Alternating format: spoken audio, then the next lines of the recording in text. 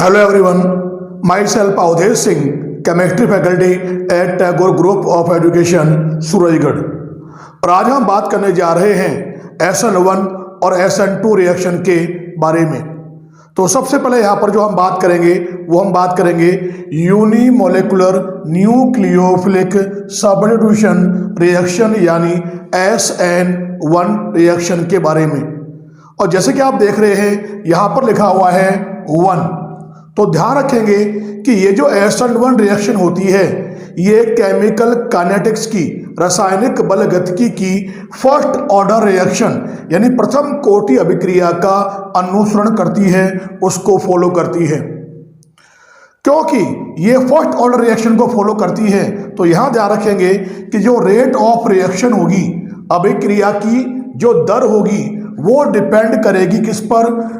Concentration of only one reactant, केवल एक ही अभिकारक, एक ही रिएक्टेंट की जो कंसंट्रेशन है, सांद्रता है, उस पर डिपेंड करेगी रेट ऑफ रिएक्शन, अभिक्रिया की दर। फिर ध्यान रखेंगे आप यहाँ पर कि ये जो SN1 रिएक्शन होती है ये होती क्या है? ये प्रोसीड होती है 2 स्टेप में, यानी ये जो रिएक्शन होगी SN1 रिएक्शन ये प्रोसीड होगी 2 स्टेप में, यानी 2 पदों में ये अभिक्रिया पूर्ण होती है। अगला पॉइंट ध्यान रखेंगे कि जो पहला स्टेप होगा, फर्स्ट स्टेप जो होगा वो कैसा होगा? रिवर्सिबल होगा, यानी उत्क्रमणीय होगा, स्लो होगा, धीमा होगा। और आप जानते हैं कि जो पद धीमा होता है उसे हम कहते हैं क्या है? रेट डिटरमाइनिंग स्टेप यानी RDS, वेग निर्धारक पद कहते हैं।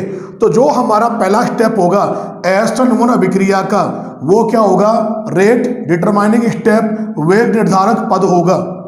लेकिन इस अभिक्रिया का जो सेकंड स्टेप होगा, दूसरा जो पद होगा वो कैसा होगा? फास्ट होगा, तीव्र होगा। अगला पॉइंट ध्यान रखेंगे कि ये जो SN1 रिएक्शन होती है इसमें अभिक्रिया मध्यवर्ती के रूप में as a reaction intermediate carbocation का निर्माण होता है, यानी कार्बोकैटायन, कार्बोधनायन का निर्माण होता है अभिक्रिया मध्यवर्ती के रूप में SN1 रिएक्शन में। अगला पॉइंट ध्यान रखेंगे कि जो इस अभिक्रिया के प्रति जो ऑर्डर ऑफ रिएक्शन होगा, ऑर्डर ऑफ रिएक्टिविटी होगी, अभिक्रिया की जो दर होगी वो डिपेंड करेगी स्टेबिलिटी ऑफ कार्बोकैटायन, यानी अभिक्रिया में जो बनेंगे मध्यवर्ती कार्बोकैटायन का जो स्थायित्व जितना ज्यादा होगा वह SN1 अभिक्रिया को उतना ही सुगमता पूर्वक दर्शाएगा, इजीली दर्शाएगा। यानी कहने का अर्थ यह है कि जो कार्बोकैटायन है आप जानते हैं 3 प्रकार के होते हैं। एक तो होते हैं 1 degree carbocation, 2 degree carbocation, 3 degree carbocation.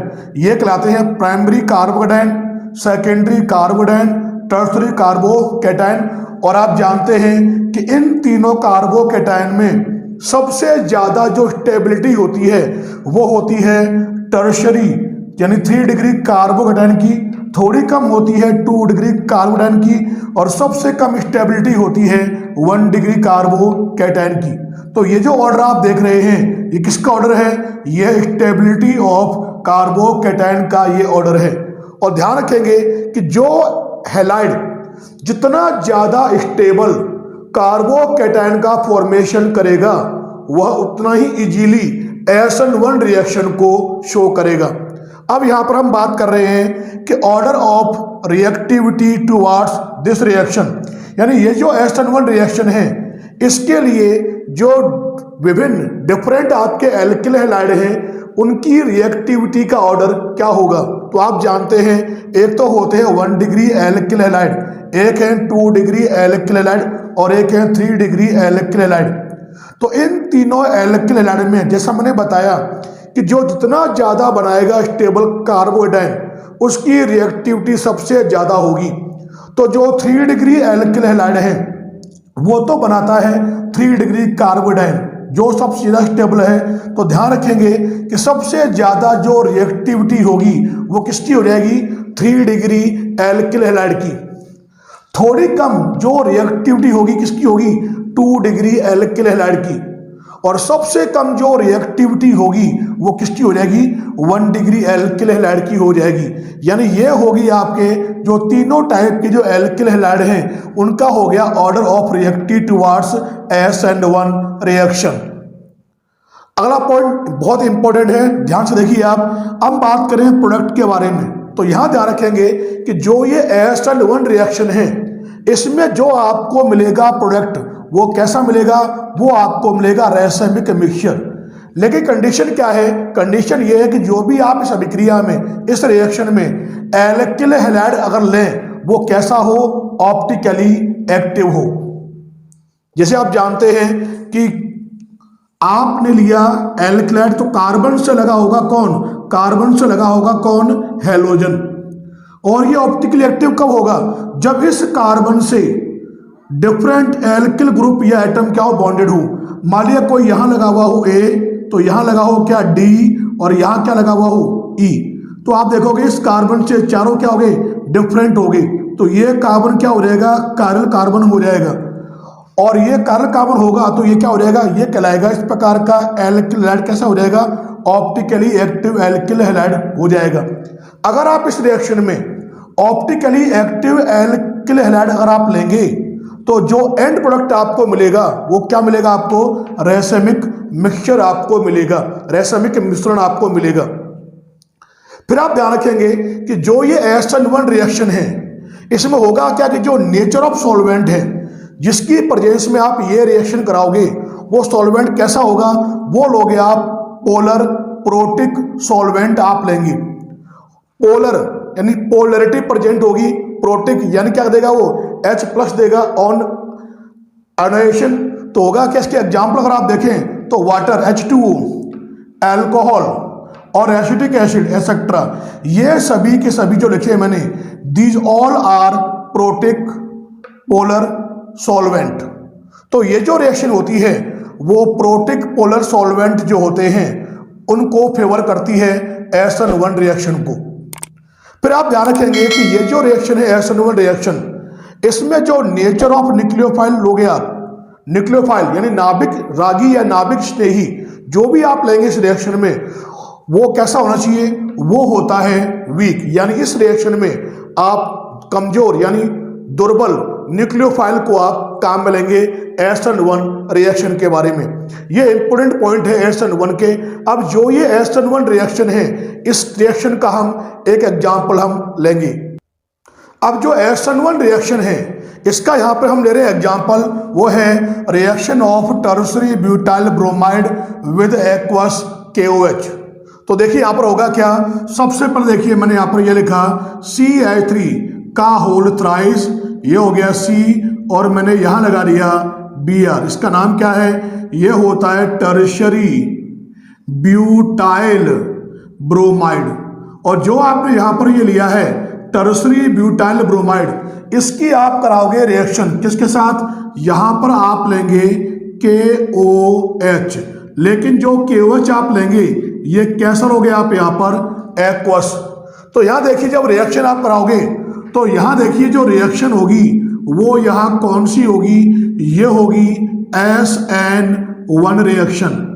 अब इस रिएक्शन में होगा क्या, इसका तो ये वाला Br, इसका ये वाला K, ये आपस में यहां रिएक्शन करके ये निकालेगा क्या, ये यहां रिएक्शन करके निकालेंगे KBr यानी पोटेशियम ब्रोमाइड।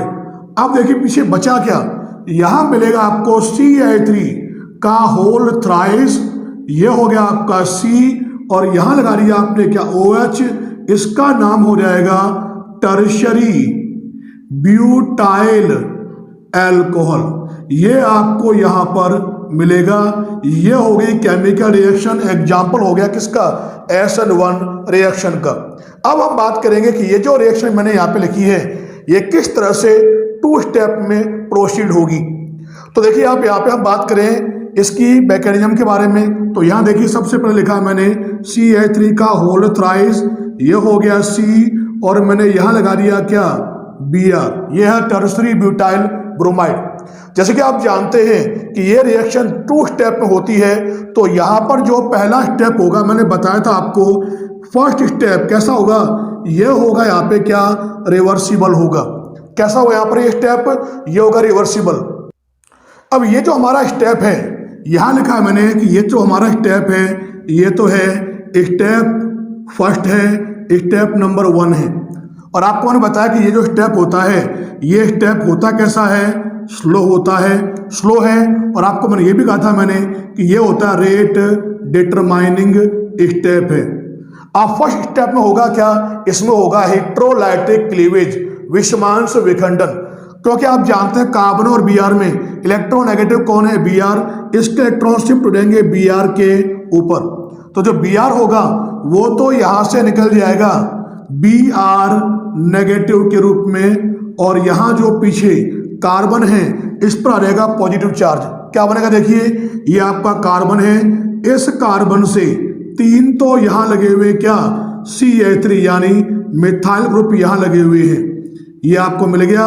और आप जानते हैं कि जो ये कार्बन है इस पर कौन सा चार्ज आ गया, इस पर आ गया प्लस चार्ज, पॉजिटिव चार्ज। ये जो बना हुआ इसका नाम क्या होता है, इसका नाम होता है टर्शरी ब्यूटाइल कार्बोकैटायन। क्या नाम है, टर्शरी ब्यूटाइल कार्बोकैटायन। ये आपको मिला पहले स्टेप में। इसमें आप देखेंगे पहले स्टेप में हुआ क्या कि जो आपका ये कार्बन है, ये वाला कार्बन, इसमें जो था संकरण हाइब्रिडेशन वो कौन सा था, sp3। इसकी जो ज्योमेट्री थी, स्ट्रक्चर थी, वो कैसी थी, वो थी टेट्राहेड्रल। कैसी थी, चतुष्फलकीय संरचना थी, टेट्राहेड्रल स्ट्रक्चर थी। लेकिन जो आपको यहां मिल रहा कार्बोडेन, उसमें आप देखोगे कि जो ये कार्बन है इसमें कौन सा हो गया संकरण, यहां पर इसमें हो गया sp2 संकरण हो गया। क्या हो गया इसमें, sp2 संकरण। और यहां पर आप देखोगे इसकी जो ज्योमेट्री होगी वो कैसी होगी, वो होगी यहां पे ट्राइगोनल प्लेनर होगी। कैसी है, ट्राइगोनल प्लेनर। तो ये हो गया आपका पहला स्टेप। अब होगा क्या अगले स्टेप में कि जो पहले स्टेप में बना हुआ कार्बोकैटायन है वो आप लेंगे। तो देखिए मैंने यहाँ पर पहले स्टेप में जो बना हुआ है उसको मैंने यहाँ लिखा, यहाँ लगा दिया CH3, ये हो गया CH3, ये हो गया यहाँ पर क्या CH3, और जो एक कार्बन इस पे लगा हुआ क्या, प्लस चार्ज। अब इस पे अटैक करेगा कौन, वीक न्यूक्लियोफाइल। जैसे कि आप जानते हैं मैंने यहां पर लिया है क्या, एक्वस KOH। और जो एक्वस KOH जब आयोनाइज होगा तो ये देता क्या है, ये देगा K+ और OH नेगेटिव। तो K+ और OH नेगेटिव में जो न्यूक्लियोफाइल है हमारा वो कौन होगा, वो होगा OH नेगेटिव। ये आपको मिला किससे, एक्वस KOH के आयोनाइजेशन से। अब यहां पर जो स्टेप होगा, अगला स्टेप जो आप देख रहे हैं, इसको हम नाम दे देंगे क्या, ये जो स्टेप होगा ये क्या कहलाएगा आपका, ये कहलाएगा स्टेप नंबर 2। ये आपका स्टेप 2 है। और ये जो स्टेप होगा मैंने बताया आपको, ये स्टेप कैसा होगा, फास्ट होगा। और कहां करेगा अटैक, इस वाले कार्बन के पास। और क्या मिलेगा आपको यहाँ पर, ये मिलेगा CH3 का होल थ्राई, यानी ये जो 3 मिथाइल ग्रुप हैं जुड़ेंगे, इस कार्बन जुड़े हुए हैं, और कार्बन के पास क्या रहेगा, OH। और जो ये बनेगा, बताओ नाम क्या हो जाएगा इसका, टर्शरी ब्यूटाइल एल्कोहल। ये आपको यहां पर प्राप्त हो जाएगा। ये होगी आपके SN1 रिएक्शन की मैकेनिज्म, जो 2 स्टेप में कंप्लीट हो रही है। अगर आप इस रिएक्शन के लिए जो मैंने यहां लिखी है, इसके लिए अगर आप यहां पर देखें क्या कि जो रेट ऑफ रिएक्शन है, रेट ऑफ रिएक्शन, अभिक्रिया की जो दर होगी वो किस पर डिपेंड करेगी, जो आपका स्लो स्टेप है, जो स्लो स्टेप है उसका जो रिएक्टेंट है उस पर डिपेंड करेगी। यानी जो रेट ऑफ रिएक्शन होगी वो डायरेक्टली प्रोपोर्शनल होगी किसके, CH3 का होल थ्राइस CBr, यानी टर्शरी ब्यूटाइल ब्रोमाइड जो है उसकी कंसंट्रेशन जो होगी उस पर डिपेंड करेगी। तो आप देख रहे हैं कि जो रेट ऑफ रिएक्शन है वो केवल एक ही जो रिएक्टेंट है उसके कंसंट्रेशन पे डिपेंड करेगी रेट ऑफ रिएक्शन। तभी मैंने क्या कहा, इस ये जो रिएक्शन होती है ये SN1 रिएक्शन यानी एक अणुक नाभिक स्नेही प्रतिस्थापन अभिक्रिया कहलाती है। और जो मैंने आपको बात बताई थी, अगर मान लिया यहाँ पर इस वाले कार्बन से जो यहाँ ग्रुप जुड़े हुए होंगे वो डिफरेंट हों, अगर ये ऑप्टिकली एक्टिव हो तो लास्ट में जो आपको मिलेगा वो क्या होगा, रेसेमिक मिक्सचर होगा। और ये हमारी होगी फर्स्ट रिएक्शन SN1 रिएक्शन। अब यहाँ पर हम बात करने जा रहे हैं SN2 रिएक्शन के बारे में, जिसको हम कहते हैं by molecular nucleophilic substitution reaction यानी SN2 रिएक्शन के बारे में यहाँ पर हम बात करेंगे। तो यहाँ देखिए जो SN2 में ये लिखा हुआ है 2, मतलब ये जो केमिकल रिएक्शन होगी ये केमिकल काइनेटिक्स की, रासायनिक बल गतिकी की सेकंड ऑर्डर रिएक्शन को फॉलो करेगी, यानी द्वितीय कोटि अभिक्रिया होगी उसका ये रिएक्शन अनुसरण करती है, उसको फॉलो करती है। क्योंकि ये SN2 रिएक्शन है तो यहां ध्यान रखेंगे कि जो रेट ऑफ रिएक्शन होगी, अभिक्रिया की जो दर होगी वो डिपेंड करेगी किस पर, कंसंट्रेशन ऑफ बोथ रिएक्टेंट, जो आपके दोनों अभिकारक हैं उनकी दोनों की ही सांद्रता पर डिपेंड करेगी रेट ऑफ रिएक्शन, अभिक्रिया की दर। फिर आप ध्यान रखेंगे कि ये जो रिएक्शन होती है ये वन स्टेप रिएक्शन है, यानी एक पदीय है, एक पद में ये संपन्न होती है। फिर आप ध्यान रखेंगे कि इस रिएक्शन में नो इंटरमीडिएट फॉर्म्स, कोई भी मध्यवर्ती इंटरमीडिएट का फॉर्मेशन नहीं होता। इसमें केवल और केवल जो संक्रमण अवस्था है, ट्रांजिशन स्टेट है, उसका निर्माण होता है, जो थोड़े समय के लिए बनती है, शॉर्ट लिव्ड होती है। फिर आप ध्यान रखेंगे कि जो ये SN2 रिएक्शन होती है इसमें होता क्या है, रियर अटैक या हम कहते हैं बैक साइड अटैक होता है न्यूक्लियोफाइल का, नाभिक स्नेही का। ये स्टेप इंपॉर्टेंट ध्यान रखेंगे आप। यहाँ पर क्या बताया मैंने कि जो ये SN2 रिएक्शन है, इस रिएक्शन में होगा क्या कि जो आपका नाभिक रागी है, न्यूक्लियोफाइल है, उसका बैक साइड अटैक यानी पश्च आक्रमण होगा, जिसको हम बोलते हैं क्या है, रियर अटैक या बैक साइड अटैक कहते हैं, जिसको हम एग्जाम्पल लेके हम आगे समझेंगे। और यहाँ ध्यान रखेंगे जो की फैक्टर है इस रिएक्शन के लिए वो क्या है, वो steric hindrance in alkyl halide. तो जो भी आपके एल्किल हैलाइड है उसमें स्टेरिक हिंड्रेंस जो होगा न्यूक्लियोफाइल के लिए जितना ज्यादा होगा उसकी रिएक्टिविटी इस रिएक्शन के रेस्पेक्ट में कम हो जाएगी। तो यहां देखिए 3 प्रकार के होते हैं एल्किल हैलाइड। एक तो है 1 डिग्री एल्किल हैलाइड, एक है आपके 2 डिग्री एल्किल हैलाइड और एक होते हैं 3 डिग्री एल्किल हैलाइड। तो जो आपका अटैकिंग न्यूक्लियोफाइल है उसके लिए जो 3 डिग्री एल्किल हैलाइड है उसमें लगे होंगे 3 एल्काइल ग्रुप, तो उसमें स्टेरिक हिंड्रेंस क्या होगी, सबसे ज्यादा होगी, त्रिविम बाधा सबसे ज्यादा होगी 3 डिग्री एल्किल हैलाइड में। लेकिन जो 1 डिग्री एल्किल हैलाइड होंगे उसमें जो स्टेरिक हिंड्रेंस होगी, त्रिविम बाधा होगी, वो सबसे कम होगी। तो याद ध्यान रखेंगे कि इन तीनों में जो 1 डिग्री एल्किल हैलाइड हैं उनकी रिएक्टिविटी सबसे ज्यादा होगी, 2 डिग्री की थोड़ी सी कम होगी, और जो आपके 3 डिग्री एल्किल हैलाइड हैं उनकी रिएक्टिविटी सबसे कम हो जाएगी, क्योंकि उसमें स्टेरिक हिंड्रेंस सबसे ज्यादा होगा। फिर यहाँ पर हम बात करेंगे नेचर ऑफ सॉल्वेंट के बारे में, किस रिएक्शन के लिए जो आप सॉल्वेंट लेंगे कौन सा सुटेबल रहेगा। तो यहाँ ध्यान रखेंगे पोलर अप्रोटिक सॉल्वेंट यानी PA, पोलर अप्रोटिक जो सॉल्वेंट होंगे वो इसको फेवर करेंगे रिएक्शन को। कौन कौन से होते हैं, ये होते हैं DMSO यानी डाई मिथाइल सल्फोक्साइड, एक है DMF डाई मिथाइल फॉर्मेमाइड, और इसी प्रकार से एसीटोन। ये जो तीनों मैंने यहाँ पे लिखे हैं ये तीनों क्या है, पोलर अप्रोटिक सॉल्वेंट होते हैं। और ये जो रिएक्शन इसमें ध्यान रखेंगे कि जो नेचर ऑफ न्यूक्लियोफाइल होगी वो आप न्यूक्लियोफाइल जो लेंगे वो कैसा होगा, स्ट्रॉन्ग, जबकि SN1 में क्या था, वीक था। और SN2 में अगर बात करते हैं तो ध्यान रखेंगे इस रिएक्शन के लिए जो आप लेंगे न्यूक्लियोफाइल क्या होगा, स्ट्रॉन्ग होगा, जो क्या करेगा, रियर अटैक करेगा या बैक साइड अटैक करेगा। पर यहां पर ध्यान रखेंगे कि जो SN2 रिएक्शन होती है इसमें होता क्या है, इसमें जो प्रोसेस होता है ध्यान रखेंगे वो होता है इन्वर्जन इन कॉन्फ़िगरेशन, यानी इसमें विन्यास का प्रतिपन, या इसी को हम कहते हैं वाल्डन इन्वर्जन, वाल्डन प्रतिलोमन होता है। यानी जो SN2 रिएक्शन होती है वो इन्वर्जन इन कॉन्फ़िगरेशन के साथ पूर्ण होती है। तो ये इंपॉर्टेंट पॉइंट हमने यहाँ लिखे हैं SN2 रिएक्शन के बारे में। अब यहाँ पर हम जो SN2 रिएक्शन है उसका एग्जाम्पल हम लेकर यहाँ समझेंगे।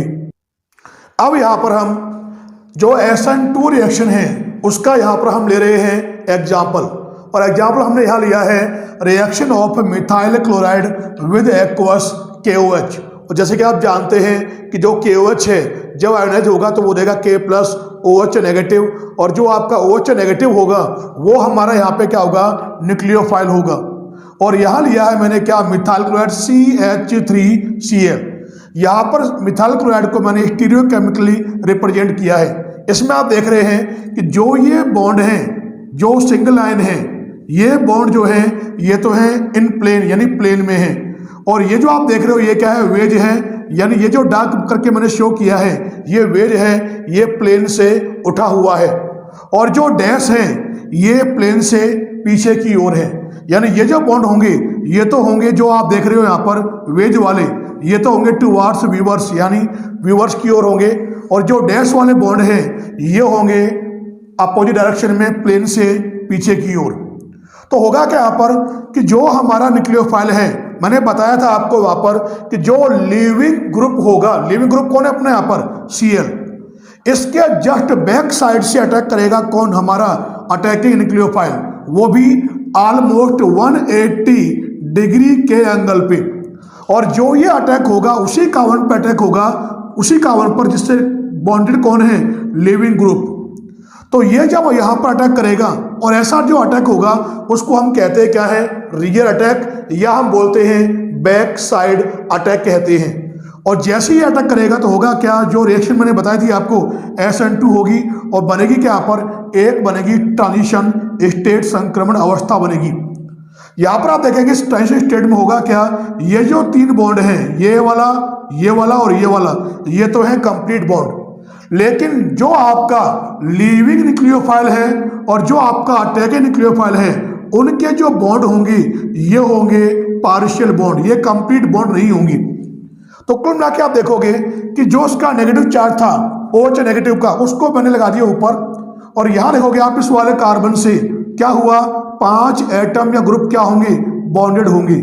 और ये जो स्टेट होती है इसको हम कहते हैं क्या है, ट्रांजिशन स्टेट, संक्रमण अवस्था कहते हैं। ये थोड़े समय के लिए बनती है और ये हाईली अनस्टेबल होती है। तो ये जो आप देख रहे हैं इसमें हुआ क्या कि जो यहाँ पर आप कार्बन देख रहे हैं, ये वाला कार्बन, ये जो कार्बन आप देख रहे हैं, इसमें यहाँ पे कौन सा संकरण है, हाइब्रिडेशन है, इसमें है sp3 हाइब्रिडेशन। और इसकी जो ज्योमेट्री है, स्ट्रक्चर है, वो कैसी है, वो है टेट्राहेड्रल है। लेकिन जैसे ही न्यूक्लियोफाइल ने अटैक किया, ये अटैक, या हम कहते हैं बैक साइड अटैक, तो यहाँ पर जो आपको हम लिए ट्रांजिशन स्टेट, इसमें आप देखोगे कि जो आपका ये कार्बन है, जो यहाँ पर आप देख रहे हैं, इसमें कौन सा हाइब्रिडेशन है, इसमें यहाँ पर है कौन सा, sp2 हाइब्रिडेशन है, जिसमें आप देखोगे कि 3 तो कंप्लीट बॉन्ड है और 2 क्या पार्शियल बॉन्ड है। और ये जो आप देखोगे यहाँ पर जो बनी है ट्रांजिशन स्टेट, इसकी जो ज्योमेट्री अगर आप देखोगे तो ये कैसी होती है, ये होती है ट्राइगोनल बाई पिरामिडल। क्या है, ट्राइगोनल बाई पिरामिडल।